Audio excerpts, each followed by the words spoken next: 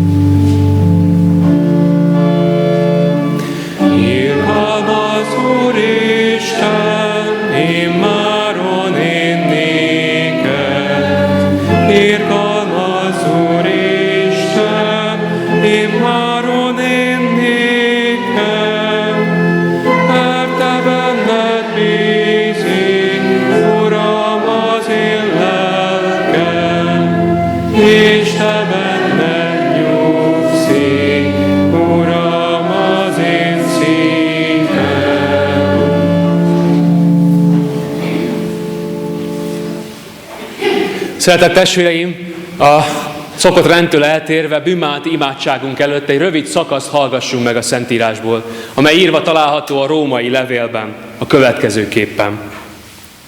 Akik test szerint élnek, a test dolgaival törődnek, akik pedig lélek szerint a lélek dolgaival. A test törekvése halál, a lélek törekvése pedig élet és békesség, mint hogy a test törekvése ellenséges Istennel. Mert az Isten törvényének nem veti alá magát, és nem is tudja magát alávetni. Akik pedig test szerint élnek, nem lehetnek kedvesek Isten előtt. Ámen. Gyertek testvéreim, válaszoljunk az igére, valljuk meg Istenünk előtt a mi bűneinket.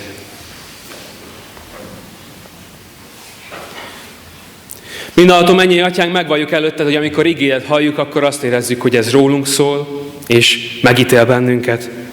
Mert hogy megvalljuk előtted azt, hogy mi testiek vagyunk, és a test kívánságának engedünk.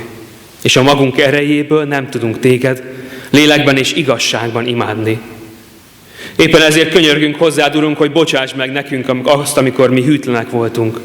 Mikor elbuktunk a kísértések és a próbák közepette.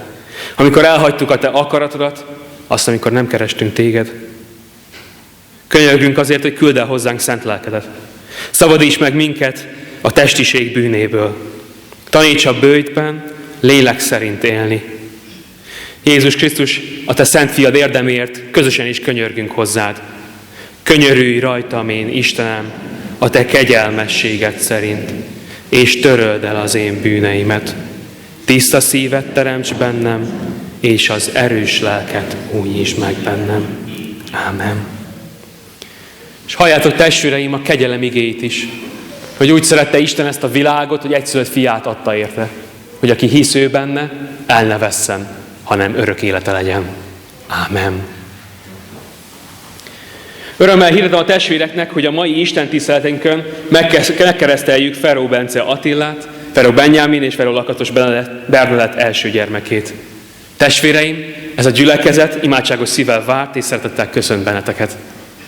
Áldjuk Istent, aki arra indított titeket, hogy elhozzátok gyermeketeket, és kérjétek, hogy őt is fogadja be a keresztség által a keresztény anyaszent egyházba. Hisszük azt, hogy Istenünk akarata az, hogy ez a gyermek is az ő követője legyen. Készüljünk tehát a keresztelőre helyünket elfoglalva, énekeljük a 412. dicséretünket, a 412. dicséretünknek a második versét, amelyik így kezdődik: nem éltem még e föld színén.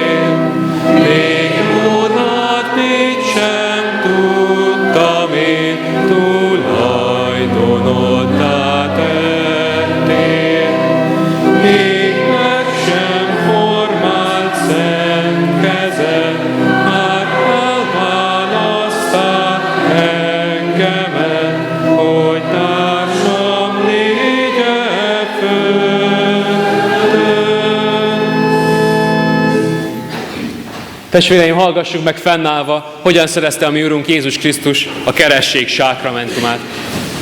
Írva található ez Máté evangéliumában, ott is a 28. fejezetben, a 18. verstől a következőképpen.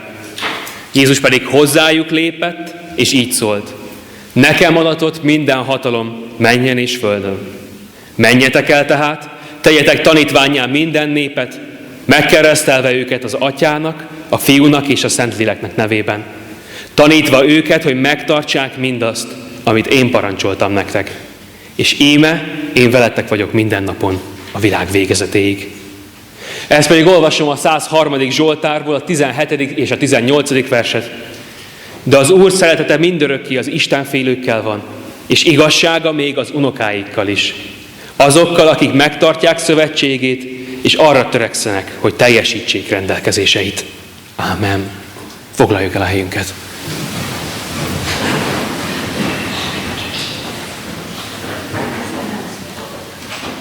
Kedves szülők, kedves keresztszülők, kedves ünneplő gyülekezet, a keresztelő egy összetett műfaj, mert egyszerre több minden történik benne. Hiszen egyszerre benne kifejeződik az örömünk, hogy örvendünk az életnek. Örvendünk annak, hogy Bence által titeket az Isten megajándékozott, és hálát adunk értetek. Másrészről pedig közösen éljük át azt, hogy valami új kezdődik, ami a ti családotokban kezdődik újonnan. Hiszen innentől kezdve Bence valami új részese lesz, és ti pedig új felelősséget vállaltok magatokra, melyről azt mondja az ige, hogy gyönyörű, és hogy a legnagyobb áldás adatik benne. De mi is ez az új? Bence Jézus Krisztus szövetségéhez fog tartozni, amiben maga az Isten köt vele szövetséget, hogy szeretete soha el nem múlik tőle. Hogy hűséges Istene lesz neki is, pont ugyanúgy, ahogy nektek is. Hihetetlen ez, hogy a mindenható Isten ezt mondja, hogy ő maga köt vele is szövetséget, úgy, hogy egykor veletek is szövetséget kötött. Azt ígéri, hogy ő hozzá bátran fordulhat majd, kiálthat hozzá, és ő válaszol.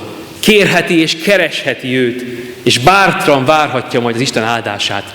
Mert hogy őt is szereti, és majd őt is meg szeretné ajándékozni mindazzal, amire szüksége van, sőt, még annál is többel. Isten őt is ugyanis az ő kegyelmébe fogadja. Sőt, azt ígéri, hogy innentől kezdve minden napon vele lesz. Nem hagyja el őt. És az olyan csodálatos, hogy ez úgy ígéri, mint ahogyan énekeltük is, hogy Bence még mit sem tud róla. Ő még nem ismeri az Isten, nem tudja ki ő, nem tett érte semmit. Nem csinált még igazán semmit azért, hogy az Isten szeresse őt, és mégis az Isten azt ígéri, hogy ő szeretetével soha el nem távozik mellőle. Ez talán a keresztülnek a központi üzenete, hogy az Isten ilyen hihetetlen módon szeret bennünket. És ezt ígéri a keresztség szövetségébe, hogy mindazt a hihetetlen mennyei boldogságot és ajándékot, amit azt gondolom, hogy ti is már átéltetek az életetekben, de azt gondolom, hogy a testvérek is sokan átéltünk már nagyon rengeteg örömöt, amit az Istentől kaptunk, azt neki is szeretné ajándékozni majd. És szeretne az ő Istene lenni, és ő neki is útmutatást adni, szeretetével megáldani őt. Isten szövetségének tagjaként pedig mind azoknak is tagja lesz, akik vele ebben együtt osztoznak, vagyis nekünk, akiket már szintén megkereszteltek egyszer.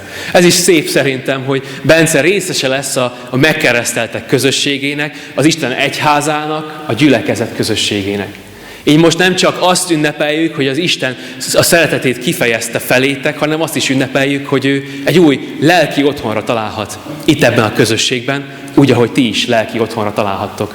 Hiszen ebben közösek vagyunk, az Isten mindannyiunkat elhívott arra, hogy együtt éljük meg az örömeinket és a nehézségeinket is.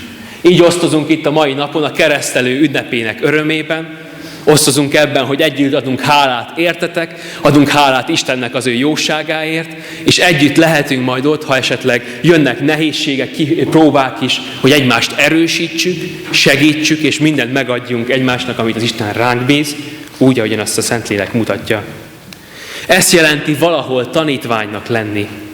Istenhez és az ő szövetségéhez tartozni, és a tanítványok közösségéhez tartozni. Nem vagytok tehát egyedül. Nem vagytok egyedül abban, hogy egy fogadalmat tesztek, ami lehet, hogy elsőre nehéznek tűnik, hiszen azért nagy dolgokat fogtok megfogadni. De ugye, mint minden nagy tehernél, hogyha az eloszlik többek között, akkor sokkal könnyebb cipelni azt. Sokkal könnyebb úgy fogadalmat tenni az Isten előtt is, hogy tudhatjátok, nem vagytok egyedül. Hiszen ez a gyülekezet is fogadalmat tesz arra, hogy mindent megteszünk értetek, ami tőlünk telik. Hogy titeket segítsünk abban, amit ma elhatároztatok.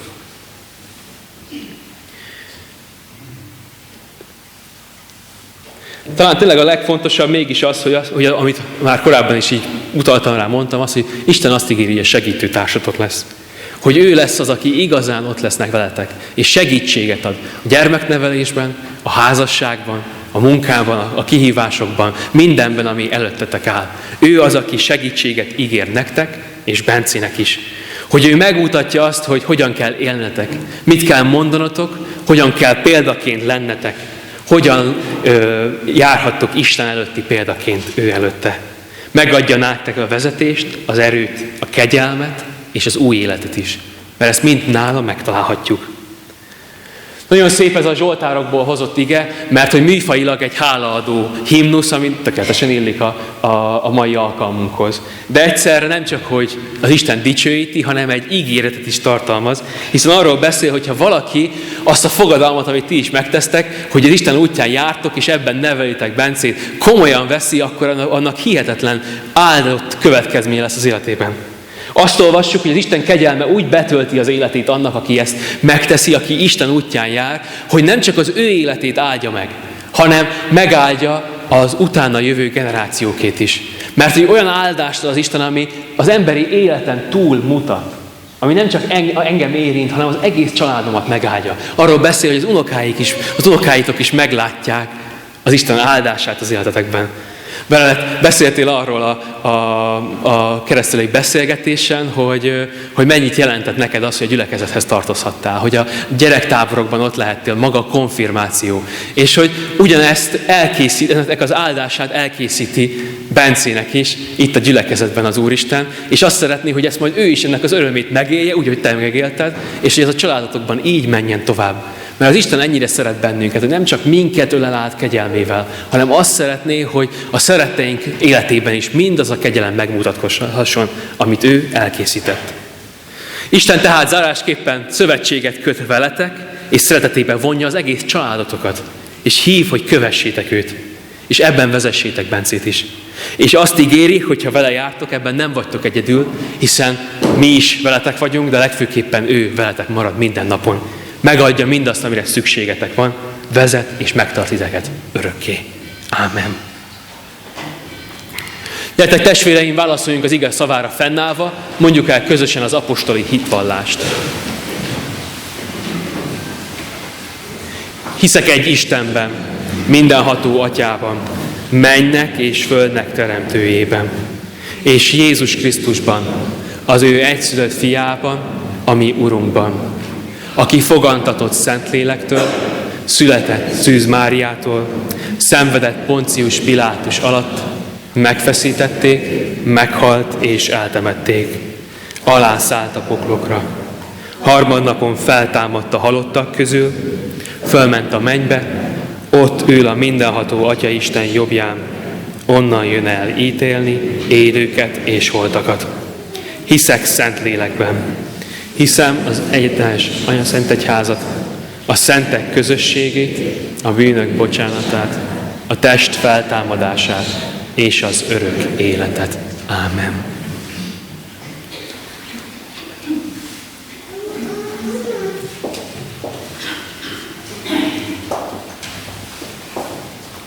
Miután azzal az elhatározással jöttetek ide, kedves szülők és keresztszülők, hogy gyermeketek részesüljön a keresztség sákramentumában, 2 kérdést intézek hozzátok, amelyre hittel, meggyőződéssel és hallható módon válaszoljatok. Akarjátok-e, hogy gyermeketek a keresztség által az Atya, a Fiú és a Szentlélek Isten szövetségébe, a keresztény Anyaszentegyházba befogadtassék? Ha igen, feleljétek, akarjuk. Ígéritek-e, fogadjátok-e, hogy gyermeketeket úgy nevelitek és neveltetitek, hogyha majd felnő a konfirmáció alkalmával, ő maga is önként tegyen vallást a Szent Háromság Istenbe vetett hitéről a gyülekezet előtt. Ha igen, feleljétek, ígérjük és fogadjuk. Ígérjük és fogadjuk. Most pedig hozzátok fordulok, Istennek népe, ígéritek-e, hogy ezt a gyermeket szeretetben és imádságban hordozzátok, és a szülőknek, keresztszülőknek minden segítséget megadtok ahhoz, hogy őt hitben neveljék. Ha igen, feleljük együtt, ígérjük. Ígérjük. Isten szent lelke adjon erőt ígéretünk teljesítéséhez. Gyertek, imádkozzunk ő hozzá, adjunk neki hálát. Mindenható mennyei Atyánk, áldunk téged Jézus Krisztusért, akiben te megmutattad a te hihetetlen gazdag szeretetedet felénk, irántunk, hogy te kész vagy nekünk megbocsátani, bennünket új életre elhívni, eljegyezni, bennünket új teremtésként hordozni és vezetni. Köszönjük neked azt, hogy Jézusban számunkra is a megváltás és az üdvösség ajándékát szerezted. Boldogok vagyunk, hogy ebben te részesíteni akarod gyermekeinket is. Kérünk azért, hogy segíts ennek a családnak, hogy ő úgy tudják nevelni ezt a kisgyermeket, hogy nevedre dicsőség, a gyülekezetre épülés, minden ember számára áldás legyen az élete. Könyörgünk azért, Urunk, hogy áld meg őket, vezesd őket, és ígéreted szerint légy velük, szereteteddel áld meg őket. Könyörgünk azért, Urunk, hallgass meg a mi könyörgésünket és hálalásunkat. Ámen.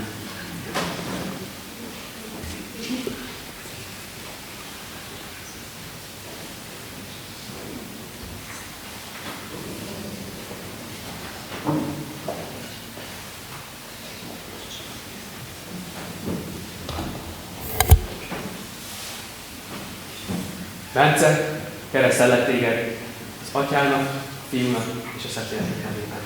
Ámen.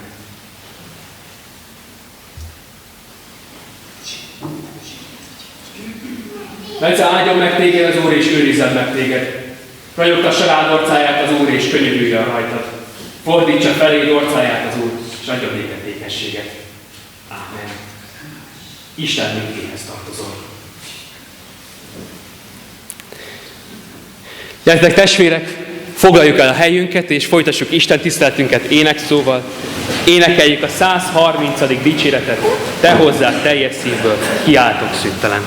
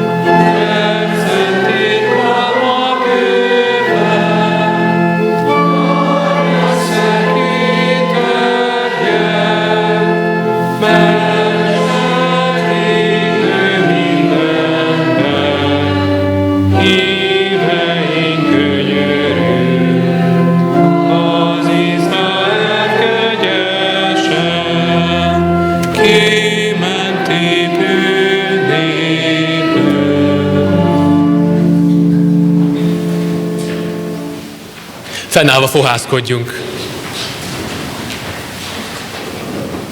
A mi Isten tiszteletünk megáldása és megszentelése az Úr nevében van, aki Atya, Fiú, Szentlélek, teljes szent háromság, egy örök és igaz Isten. Ámen. Hallgassátok meg, testvéreim, Istenünk igéjét, ahogy szól ma hozzánk, a korintusiakhoz írott első levélből, onnan is az első 13 versből. Így szól Istenünk igéje. Tudjátok meg, testvéreim, hogy atyáink mindnyájan a felhő alatt voltak, és mindnyájan a tengeren mentek át, és mindnyájan megkeresztelkedtek Mózesre a felhőben és a tengerben. Mindnyájan ugyanazt a lelki eledet tették, és mindnyájan ugyanazt a lelki italt itták, mert a lelki kősziklából ittak, amely velük ment. Az a kőszikla pedig Krisztus volt. De többségükben nem lelte kedvét az Isten, úgyhogy elhullottak a pusztában. Mindez példává lett a számunkra, hogy ne kívánjunk gonosz dolgokat, amint ők kívántak.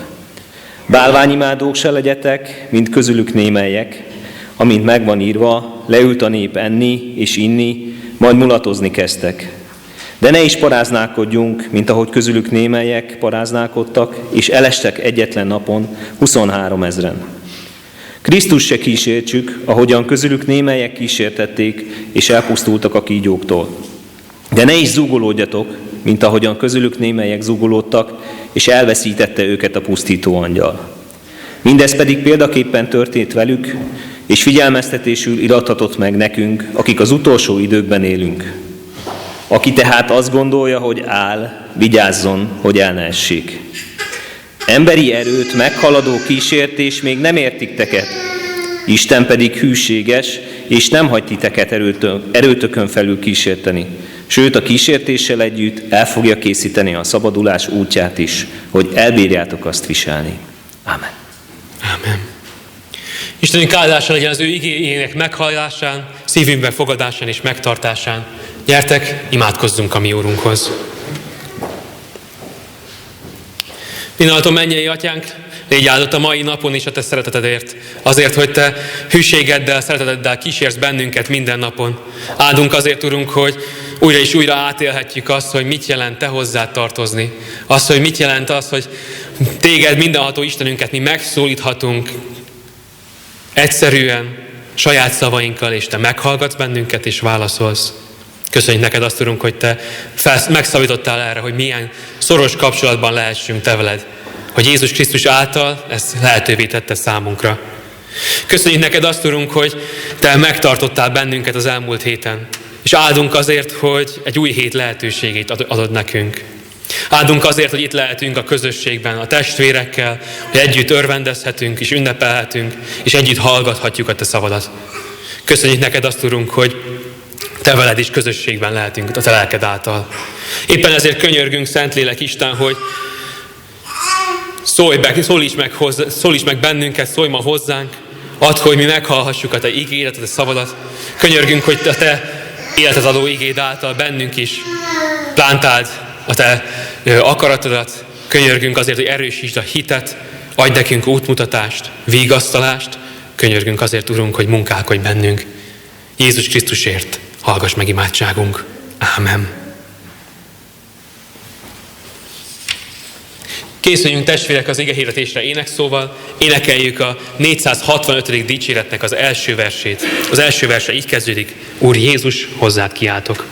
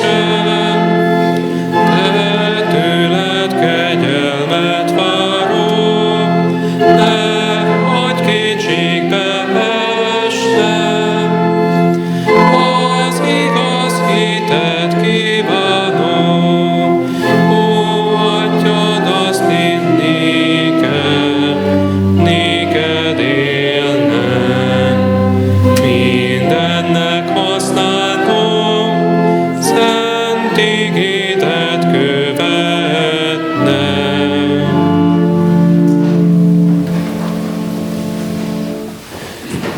Testvéreim, az Istenünk igéje, amelynek alapján az ő üzenetét kívánom hirdetni ma közöttetek, írva található a Jelenések könyvében, ott is a 2. fejezetben, a 8-től a 11. versekig. Így szól Istenünk igéje. A szmirnai gyülekezet angyalának írd meg. Ezt mondja az első és az utolsó, aki halott volt és életre kelt.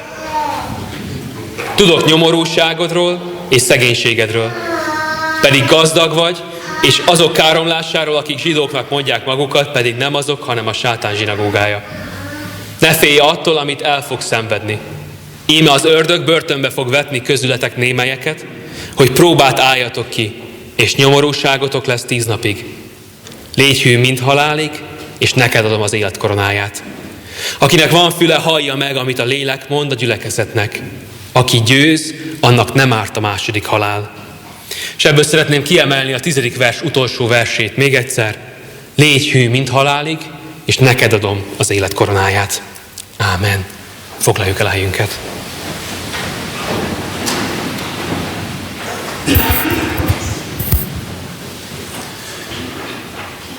Kedves testvérek, a mai vasárnappal eljött a böjt 3. vasárnapja. Nem tudom, ki az, aki valamilyen formában vagy valahogyan böjtöl. Most a héten beszélgettünk erről a Biblia órákon, és megállapodtunk abba, hogy az Isten nem kötelez bennünket arra, hogy böjtöljünk, és ez nem egy ilyen kötelező opció, hanem lehetőség, amivel lehet élni. Viszont az Isten előtt semmivel sem leszek különb, érdemesebb azért, mert böjtöltem. De van lehetőségünk arra, hogy böjtöljünk, és hogyha valaki esetleg böjtöl, akkor most van az a nehéz pont a böjtölésben, hogy már elég régóta csináljuk, hogy hiányozzon, de még nagyon messze van a vége. És amikor így vagyunk, akkor nagyon is szükségünk van arra, hogy igenis kitartással legyünk, és hűséggel. Éppen ezért a mai napon a hűség és a kitartás kérdése az, ami elünk jön az igében, attól függetlenül, hogy böjtölünk-e, ez válik számunkra fontossá a mai napon üzenetté. Ugyanis a Szentírás egyik központi tanítása az, hogy Isten utaihoz és az Úrhoz nekünk hűnek kell lennünk. Hiszen ha valaki megismerte Jézus Krisztust, megismerte azt, hogy milyen hihetetlen öröm ő hozzá tartozni, utána járni, őt követni, az ő akaratát cselekedni, hogy mit jelent az, hogy Krisztus engem is megszabadított, és minden bűnömet elrendezte, hogy mit jelent így élni Jézus Krisztussal, az arra hívja azt az embert, hogy igenis ebben legyen következetes, és hogy ez folyamatosan élj át az életében. Folyamatos legyen az ő követése, folyamatosan tanuljon Jézus Krisztustól, folyamatosan ráfigyeljen, érte cselekedjen és éljen. A folyamatosság pedig egész egyszerűen kitartást, hűséget jelent és kíván. De nem csak ezt kívánja, hanem gondoljunk bele abba, hogy ha nekem jó Jézus Krisztushoz tartozni, jó az ő tanítványának lenni, kegyelemből élni, akkor azt az örömet, ennek a jóságát miért ne akarnám minden nap az életemben? Hiszen a jó dolgokat mi szeretném minél többször átélni. Ez a normális emberi természet, hogy én minél többet szeretném. És hát az, hogyha én azt szeretném, hogy ennek az öröm engem minden nap áthasson, az azt jelenti, hogy folyamatosan kell követnem Jézus Krisztust. Egyszerűen erről van szó. Ez jelenti a hűség, folyamatosan az Isten akaratát keresni és cselekedni. Azonban nyilvánvalóan az igazi hűség az nem azt jelenti, hogy addig vagyok kitartó, amíg jó nekem, amíg azt érzem, hogy jó, amíg örömteli minden, amíg azt érzem, hogy egyszerű, hanem az igazi hűség, az a hűség a nehézségekben is. És ez lesz a mai témánk, ez, ami elénk kerül ma az igéből, hiszen azt látjuk a szmirnai gyülekezetben, hogy nekik pont ez az, amit nagyon erősen Jézus Krisztusnak a szívükre kell helyeznie, mert hogy ez az, amiben most kihívás elé fognak állni, és amiben meg kell maradniuk. Azt látjuk, hogy a gyülekezetben már nagyon rövid ez a rész, de mégis azt látjuk ebben a közösségben, hogy már most próbákat élnek át. Hiszen azt élik meg, hogy ők igenis szegények, hogy nincs elég. És az, amit a magyarázók azt mondják, hogy ez a szegénység ez nem azért volt, mert egyszerűen rossz helyzetből indultak, vagy azért, mert csak a szegények hallották meg az evangéliumot, hanem azt mondják a magyarázók, hogy ez azért lehetett, mert hogy ők Jézus Krisztust követték. És ebben ezért is szenvedtek hátratételt. Nagyon jól tudjuk azt, hogy a római birodalomban, hogyha valaki nem borult le a császár előtt, és nem imádta, nem vett részt a császári kultuszban, akkor az illabilis elemnek számított, gyakorlatilag hazaárulónak, olyan, aki nem megbízható. És valószínűleg a város célrendszerében az ilyeneket, akik nem megbízhatóak voltak, nem kívánatos elemek, azokat ki lehetett zárni. Így a keresztényeket is ki lehetett abból zárni, hogy nekik stabil megélhetésük legyen, hogy anyagiakban bővölkedjenek, azért, mert ők Krisztusban hittek, és nem borultak le a császár előtt. Emellett azt olvassuk, hogy a hitbeli testvérek is, ugye a helyi zsidóság is nagyon erősen ellenük támadt azért, mert ők Jézus Krisztusban hittek. Ezért azt élik meg, hogy a testvéreik támadnak ellenük. És itt jön a neheze, ugyanis arra figyelmezteti őket Jézus, hogy még lesz ennél nehezebb. Mert hogy börtönt, halált, üldözést és káromlást kell egyeseknek átélnie közöttetek. Azért, hogyha valamilyen helyzetben szükség van a hűségre és a kitartásra, akkor az egy ilyen húsba vágó helyzetben. Azt mondja, ezért szól hozzájuk az ige, Jézus Krisztus által, hogy igenis nektek is meg kell erősödnötök a hitben, hogy készen álljatok a kihívások idején, hogy kiállhassátok a próbát.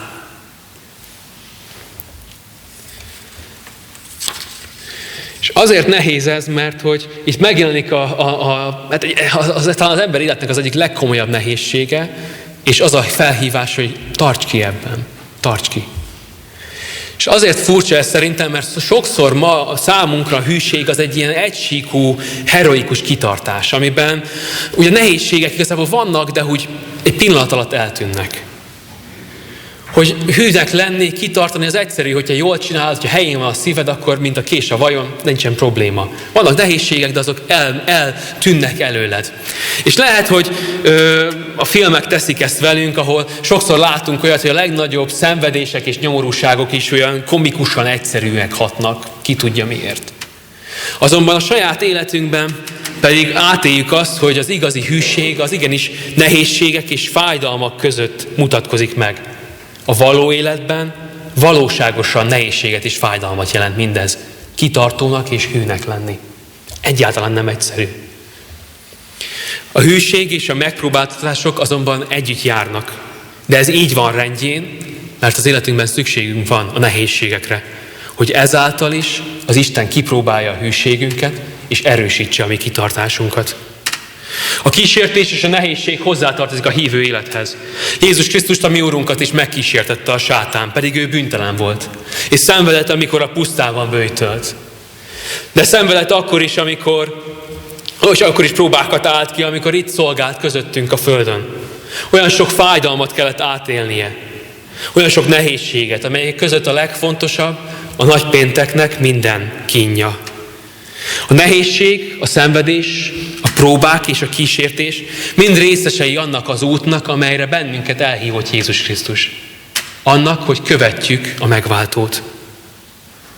Samu tegnap ezt így mondta az ifjúsági konferencián, hogy egyszerűen az életnek vannak olyan szabályai, amiket bármit tehetünk, akkor is megmaradnak. És ez is egy ilyen. Az életnek a szabálya az, hogy vannak nehézségek, és vannak kihívások, van kísértés az emberi életben. Azonban az igazi hűség az, amelyik kitart a próbák ellenére is, és ezt látjuk Jézus példájában is. De azt is látjuk, ahogyan az ige is beszélt nekünk erről, hogy a próbák nem tartanak örökké, és hogy igenis az Úristen ezeket mind a javunkra fordítja. Mert az Isten nem hiába adja nekünk a kísértést, a próbást, a szenvedést. Nem azért adja, hogy ezzel bennünket, az életünket nehezítse, hanem azért, hogy ezt felhasználja az életünkben, és a javunkra fordítsa. És az elsőre lehet, hogy furcsán hangzik, de gondoljunk bele, a mindenható Isten kezében még a rossz dolgok is jóra fordulhatnak. Mert ezt jelenti az ő ereje, és ezt jelenti az ő szeretete. Hogy ő azokat, akiket szeret, akiket elhívott, a nehézségeket is az ő javukra akarja fordítani, és a javukra is fordítja. És ő nem hagy bennünket erőnkön felül kísérteni. Nem ad olyan kihívást, amelyek ne tudnánk megállni. Nem ad olyan nehézséget, aminek nem lenne soha vége. hanem igenis ő elkészíti mindig a szabadítást is. De talán azt is hozzá kell tenni, hogy az Istenünk annyira erős Isten, hogy a rosszat még úgy is a javunkra tudja fordítani, hogy a mi bukásainkat is képes a javunkra fordítani. Hiszen az Isten pontosan számol azzal, hogy mi gyengék vagyunk, és hogy újra és újra elesünk. De ahogyan, nem tudom, mint a biciklizésben is, ahogyan meg kell tanulni, el kell esni egyszer-kétszer, hogy az ember tudja, hogy mit csinál, ugyanúgy az életünkben is a nehézségeket, a bukásokat is az Isten a javunkra fordítja. És ezek a próbák azok, amik bennünket is megerősítenek a hitben és a kitartásban. Erre a kipróbált hitre volt szüksége a szmirnaiaknak, ahhoz, hogy megálljanak ebben a nehéz helyzetben, ami előttük áll. És erre van nekünk is szükségünk itt Pomázon is, Csobánkán is. Mert hogy az Úristen szava nekünk is hangzik ma, és bennünket is arra hív, hogy erősödjünk meg a hitünkben, hogy készek legyünk ellenállni a kísértésnek, megállni a próbákban, elviselni a szenvedést és a nyomorúságot. Az igazi hűség pedig azzal kezdődik, hogy szembenézek mindazzal, ami az életemben van. Hogy megnézem azt, hogy hová jutottam. Akár az Istennel, akár az Isten nélkül. Ez pedig ahogyan az igazi hűség is a legtöbbször bűnvallással kezdődik. Azzal, hogy megvizsgálom az életemet, és az Isten elé állok, és elmondom neki mindazt, amit én elrontottam. Azt, amiben hűtlen voltam. Azt, amivel igenis ellene tettem. Minden gonoszságomat. Azt, amikor elhagytam az ő akaratát, amikor nem kerestem őt. Elismerem azt előtte, hogy bármennyire is akartam, és bármennyire is szerettem volna, hogy ne így legyen ez, egymagamban kevés vagyok. És kevés voltam akkor, amikor egyedül küzdöttem. Kevés vagyok arra is, hogy a bűneim súlyát, a hibáimat egyedül cipeljem. Hogy kevés vagyok arra, hogy egyedül megküzdjek az életemmel, és győzelmet arassak. Ezzel kezdődik az igazi kitartás, hogy az Isten elé állok, és elmondom mindezt előtte. De nem csak azt, ami az én részem, hanem mindazt, ami az Isten elé vihetem, ami nem rajtam múlott. Mindazt, amit látok az életemben. A világ igazságtalanságát, a kérdéseimet, a gyötrelmeim, a szomorúságaim. Mindazt, ami kiáltásként feltör a torkomból az Úr felé. Az elé vihetem, és fontos is, hogy elé vigyem. Hogy ne takargassam, hogy ne csináljak úgy, mint hogyha nem lenne semmi baj, mint hogyha én nem rontottam volna el semmit.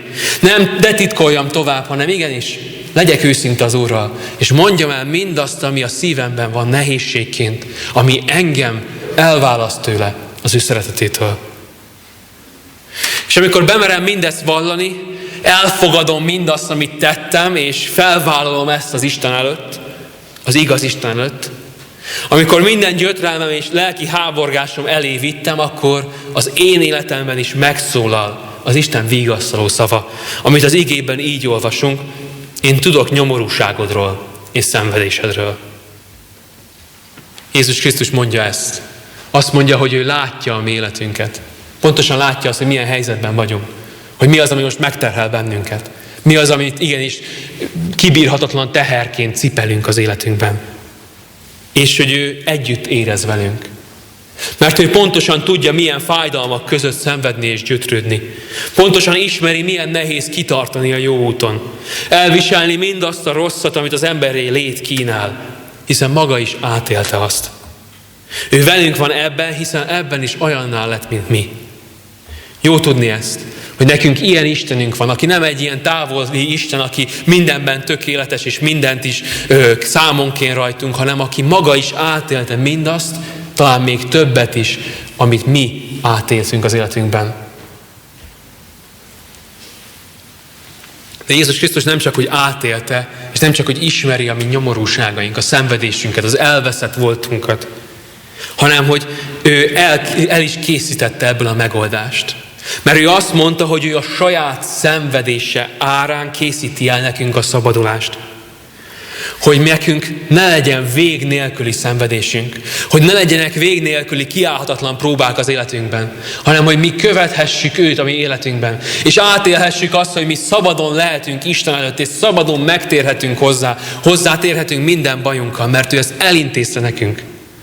Ő pont azért halt meg a kereszten, hogy bennünket felszabadítson, hogy megszabadítson az életünk nyomorúságától, a sátántól a bűntől és a haláltól.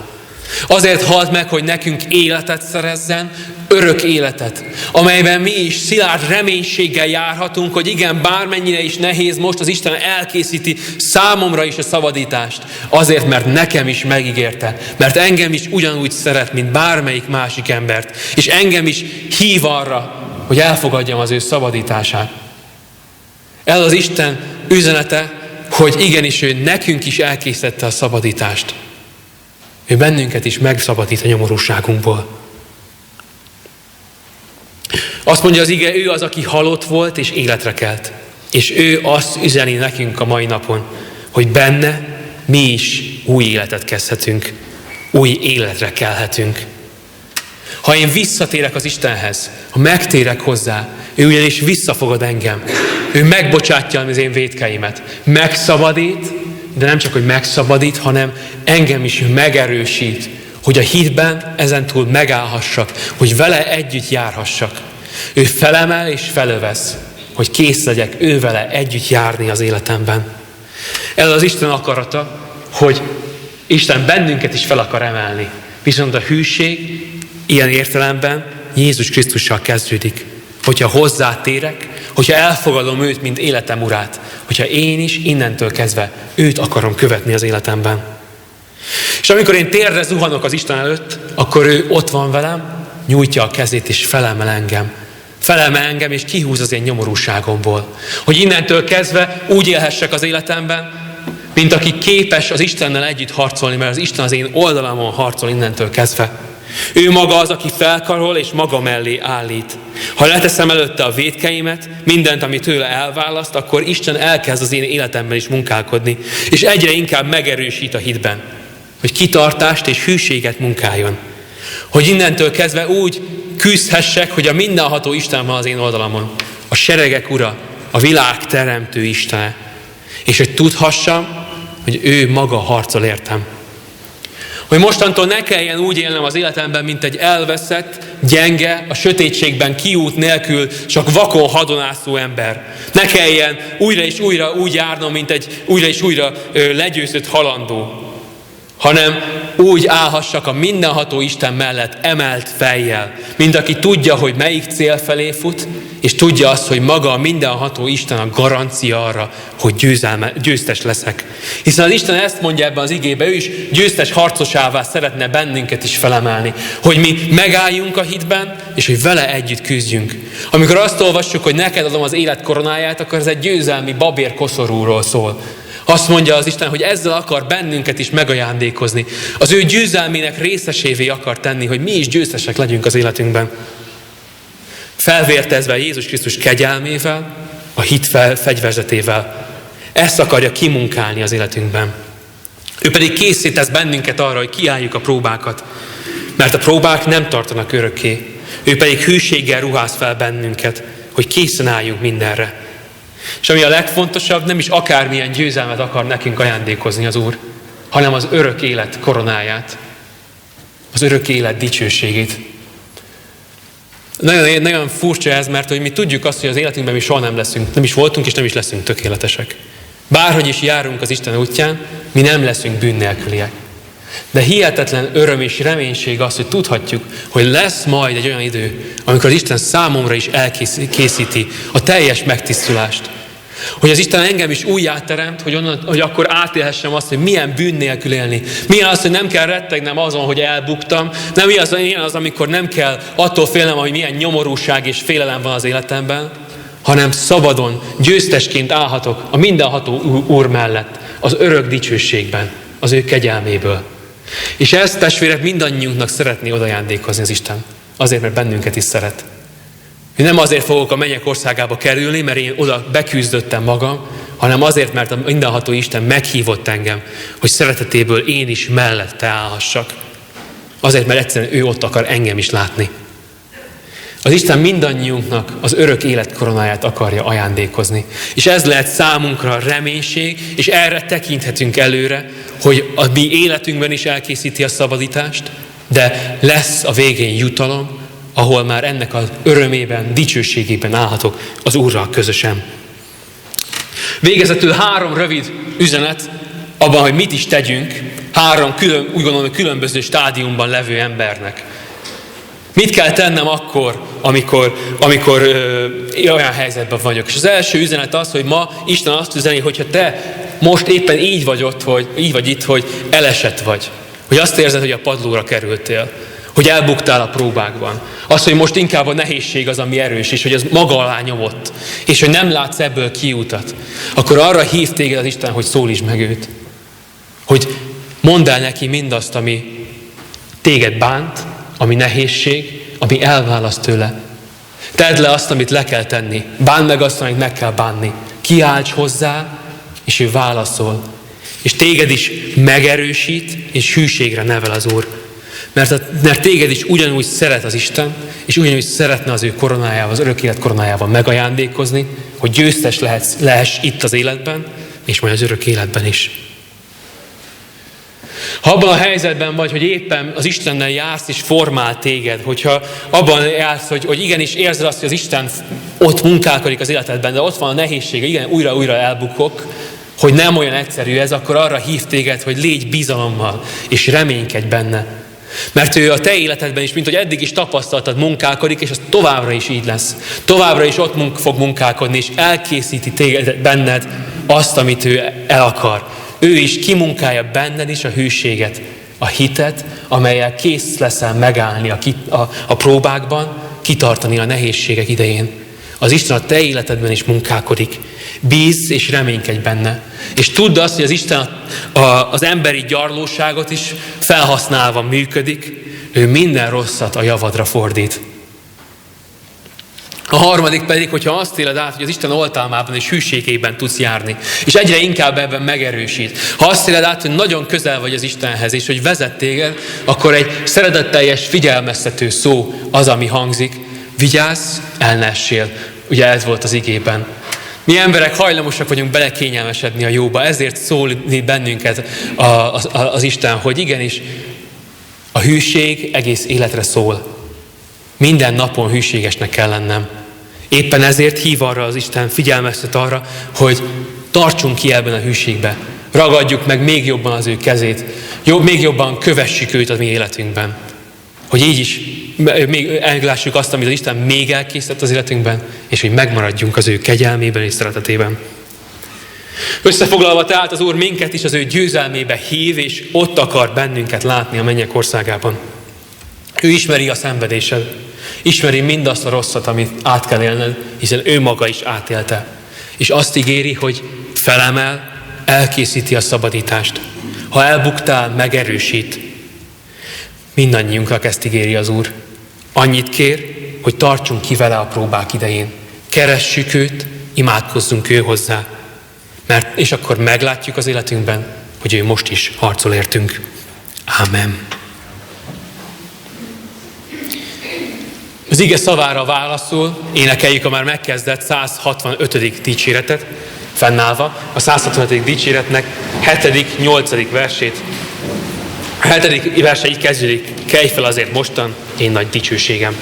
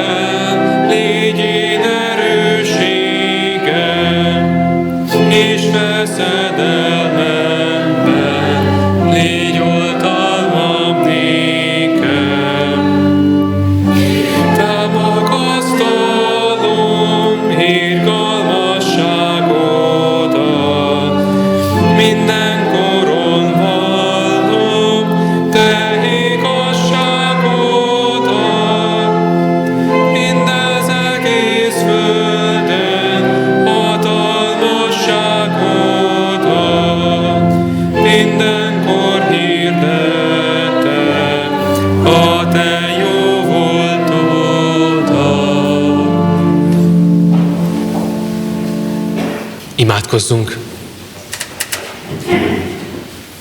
Mindenható mennyei Atyánk, a mai vasárnapon is azért áldunk és magasztalunk téged, hogy te milyen hihetetlen módon szeretsz bennünket. És te inkább magad szálltál a halálba, hogy bennünket megszabadíts, hogy nekünk életet ajándékozz. Köszönjük neked azt, Urunk, hogy ezt a szeretetet mi megtapasztalhatjuk. Köszönjük neked azt, hogy te ebbe elhívtál bennünket, és hívsz ma is. Köszönjük neked azt, hogy nálad van újra és újra lehetőség újat kezdeni, hiszen te megbocsátod a mi vétkeinket, vársz, és bennünket is meg akarsz erősíteni. Könyörgünk, Urunk, éppen ezért a te kegyelmedért. Könyörgünk azért, hogy készítsd el a szavakat, amikkel megszólíthatunk téged. Hiszen tudod, sokszor ez a legnehezebb, megfogalmazni mindazt, ami bennünk van. Így könyörgünk azért, hogy te nyisd meg a mi szívünket, szánkat, hogy mi neked elmondhassuk, bevallhassuk mindazt, amit le kell tennünk előtted. Így könyörgünk azért, Urunk, hogy adj nekünk őszintén téged kereső szívet. Könyörgünk azért, hogy erősítsd a mi hitünket, és munkálkodj a mi életünkben és bennünk, hogy mi is lehessünk kitartó és hűséges gyermekeid, hogy így állhassunk meg a próbák idején. Így könyörgünk, Urunk, az erőért, így könyörgünk azért, hogy te vezetéseddel légy velünk, és könyörgünk, Urunk, a te áldásodért is. De nem csak a magunk életében, hanem szeretteink életében, így könyörgünk, és a gyülekezetünk életében is. Legfőképpen azért, hogy a te evangéliumoddal áld meg a mi szeretteinket, gyülekezetünket, minél több embert itt pomázon is, hogy minél többen találkozhassanak te veled, mint szerető Istenünkkel, mint aki őket is várja arra, hogy hozzá megtérjenek. Könyörgünk éppen ezért, Urunk, hogy hívjál minél többeket a te veled való közösségben. Így adunk a hálát azért, hogy ma is a keresztség sákramentumát kiszolgáltathattuk. És kérünk azért, hogy áld meg a családot abban, mindabban, amit megfogadtak itt is, most is könyörgünk ezért, hogy szereteteddel karold fel őket és kísérd őket. Kérünk, Urunk, légy azokkal, akik nehézséget élnek át. Külön könyörgünk, Urunk, azokért, akik elesettek, akik most az első helyzetben vannak, akik azt érzik, hogy padlón van az életük, a lelki testi életük. Könyörgünk azért, Urunk, hogy te emeld fel őket is, hogy az igédben mondtad. Te emeld fel és erősítsd meg őket. Könyörgünk azért, hogy úgy munkálkodj az életükben, hogy készek legyenek téged dicsőíteni és neked hálát adni. Könyörgünk, Urunk, minden nehézséget szenvedőért. Könyörgünk, Urunk, a betegekért és azokért, akik betegeket ápolnak. Könyörgünk, hogy nekik is ajándékozz meg azt az erőt, amire szükségük van, és a gyógyulást, hogyha te azt jónak látod. Könyörgünk, Urunk, légy a gyászoló testvéreinkkel. Mutasd meg számukra te evangéliumod végasztalását, az élet üzenetét. Könyörgünk, Urunk, légy minden elveszett emberrel, mindenkivel, aki szenvedések között van. Külön könyörgünk, Urunk, azokért, akik nélkülöznek, akiknek nincs elég. Te áld meg az ő életüket. Hisszük azt, Urunk, hogy az egész életünk, mindenünk, az egész gyülekezetünk a te kezedben van. Így áldunk és magasztalunk téged ma is. Áldunk téged azért, mert te vagy a mi hűséges és jó Istenünk. És köszönjük neked azt, Urunk, hogy ma is neked adhattunk hálát. Ámen. Egy csendes percben személyes imádságainkkal forduljunk a mi Istenünkhöz.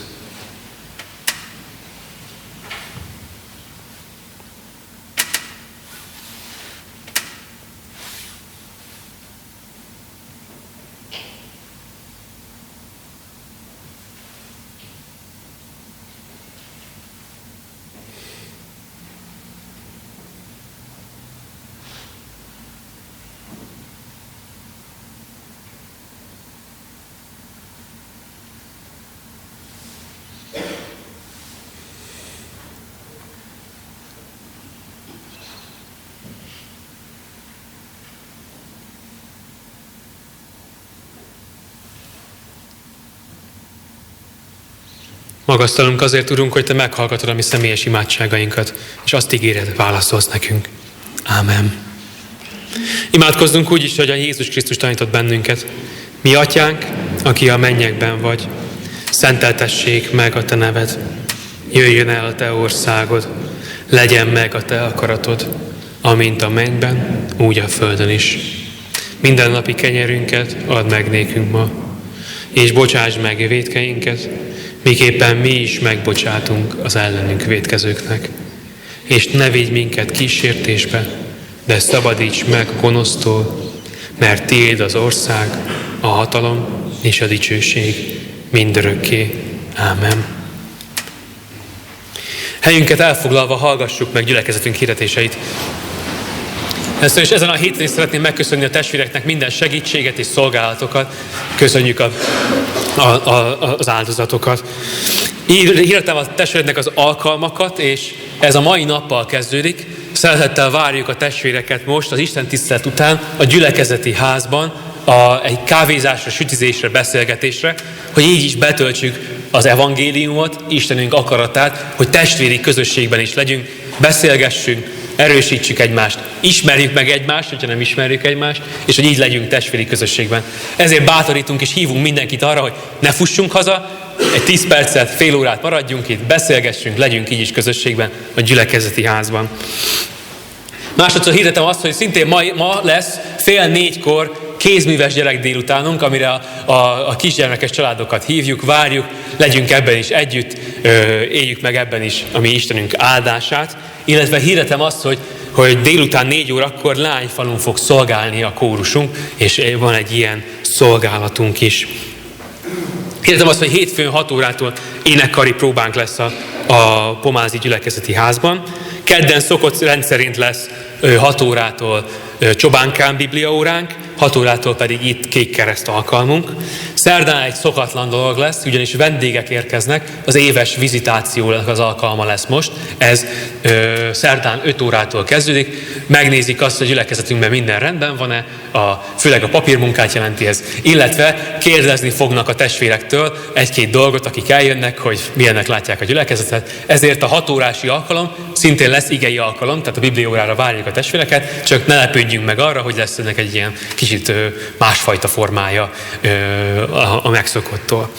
Pénteken a szokott rend visszatér, 4 órától konfirmációs óra, 5 órától nagykonfi, 7-től pedig ifi órát tartunk. Vasárnap pedig 9 órától Csobánkán tartunk Isten tiszteletet, 10:30 pedig itt Pomázon. Illetve a testvéreknek, hogy március 3-án elhunyt Varga Sándor testvérünk temetése március 28-án 10 órakor lesz a Pomázi református temetőnkben.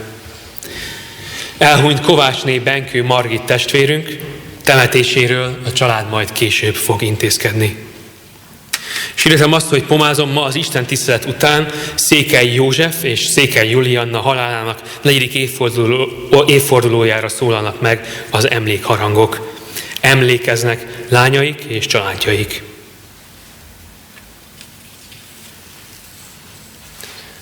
Hirdetem a testvéreknek az 1% felajánlását is. Tudjuk azt, hogy ezzel támogathatjuk egyházunkat, gyülekezetünket, erre bátorítjuk a testvéreket, ennek van most az időszaka. Azt is hirdetem, amit múlt héten is hirdettünk, hogy a temetőnél veszélyes fákat rendeztünk, ezért van még, ha minden igaz, tűzifa, ezért azt el lehet ingyen vinni, ha valaki szeretné. Annyit kérünk, hogy ha valaki szeretné elvinni, akkor jelentkezzen, akkor én tudok adni kulcsot is, vagy tudunk adni kulcsot is, csak hogy tudjunk róla, ennyit szeretnénk kérni. Illetve hirdetem a gyülekezeti kirándulásunkat is, amely május 24-én szombaton lesz, ez egy egész napos kirándulás Debrecenbe, a Magyar Református Egység napjára. Aki szívesen velünk tart, az április 13-áig jelentkezzen. Illetve az utolsó dolog, lesz nyári gyerektáborunk, tudom, hogy még korainak tűnik, július 14-19 között van, de nagy segítség lenne, hogyha minél hamarabb jelentkeznénk rá, hogy tudjunk azzal számolni, hogy hányan leszünk. Ennek van szórólapja kint a kijáratnál, van rajta QR kód, lehet is már jelentkezni, és igazából 5 perc választ el bennünket attól, hogy gyermekeinket regisztráljuk a gyerektáborba. Erre bátorítok mindenkit, nekünk segítség, hogyha minél hamarabb megvannak a jelentkezők. Az Úr legyen a gyülekezetünk őriző pásztora. Záró énekünket énekeljük a 289. dicséretet, Ó, maradj kegyelmeddel mi velünk.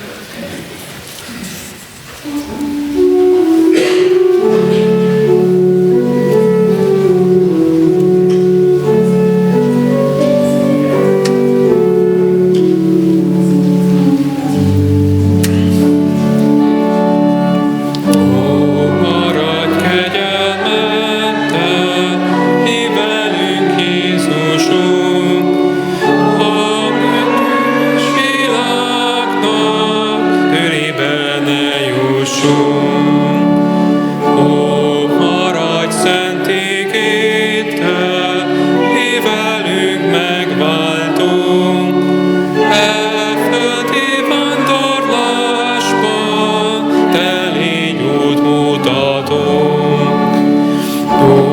maradj világosság, mi velünk fényeddel, lepezess a sötétben, hogy ne tévedjünk el. Ó, maradj áldásoddal, mi velünk, Úristen, szent kegyelmed arasz ránk minden szükségünkben. Ó, maradj oldalmattal,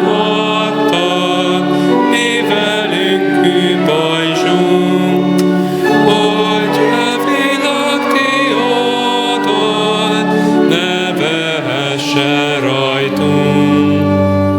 Ó, maradj hűségeddel,